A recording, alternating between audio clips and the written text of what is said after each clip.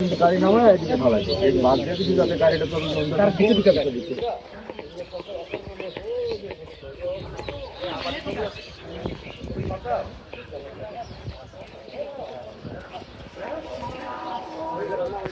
মন থেকে আমাদের রমজান ব্যাগের পক্ষ থেকে প্লাস এইদিকে লাখো মানুষের সবার পক্ষ থেকে আমি যুবদলের সদস্য মাসুদ রানা ভাইকে ধন্যবাদ জানাই, কারণ উনি নিজ উদ্যোগে আজকে এই যেখানে মানে রাস্তার পাশে যে ওনারা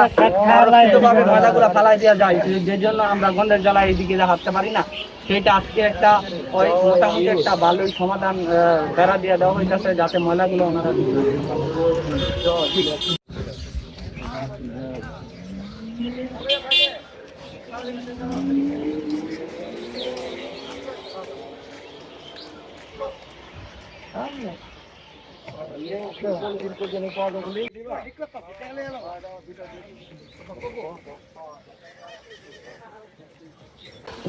ভাই এখানে কি কার্যক্রম চলছে সেটা একটু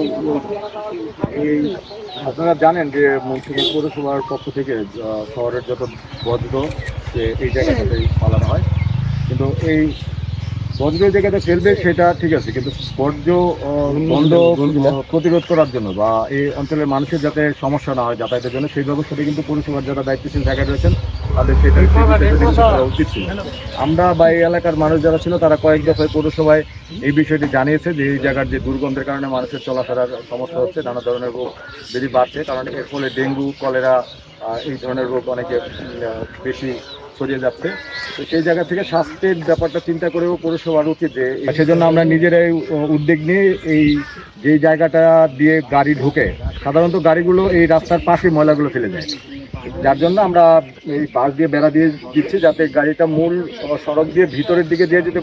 ময়লাটা ফেলে তাহলে আর গন্ধটা এতটা দূর আসতে পারে না, যাতে সামনের দিকে এই ময়লা ফেলতে না পারে সেই জন্য আমরা নিজ উদ্যোগেই এই বাস দিয়ে একটা বেড়ার ব্যবস্থা করে দিয়েছি। এবং পরবর্তীতে আমরা এই গন্ধ প্রতিরোধের জন্য এই রমজান ব্যাগের যারা যুব সমাজের ছাত্র দলের বা যুব দলের যারা রয়েছে তারা আরও কিছু পদক্ষেপ নিয়েছে যাতে প্রতিদিনই এই গন্ধটা যাতে না বের হয় তার জন্য কিছু কার্যক্রম নেওয়া হয়।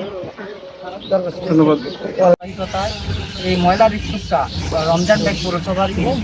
একটা সংরক্ষিত এলাকা, কিন্তু এইখানে এমনভাবে অনিয়ন্ত্রিতভাবে ময়লাগুলো ফেলানো হয় যেই জন্য আমাদের এইখান দিয়ে একটা মেইন রোড গেছে, লাখো মানুষের চলাফেরা এই রোডটা দিয়া। এইখানে অনেকগুলো স্কুল আছে, ওই স্কুলগুলোতেও বাচ্চারা পড়াশোনা করে, তো নানাবিধ রোগের সমস্যা, চর্মরোগ, তারপরে চুলকানি, ডায়রিয়া, তারপর মশার বাড়িতে যত রোগ আছে সবগুলো ডেঙ্গু হয়। তো আমরা বারংবারই এটা নিয়ে পদক্ষেপ নিচ্ছি, লাইভ করাইছিলাম, নিউজ করাইছি, এবং ওনাদের যারা পুরসভার প্রশাসক আছে ওনাদেরও জানানো হয়েছিল, কিন্তু বরাবরই ওনারা কোনো পদক্ষেপ নেয় নাই।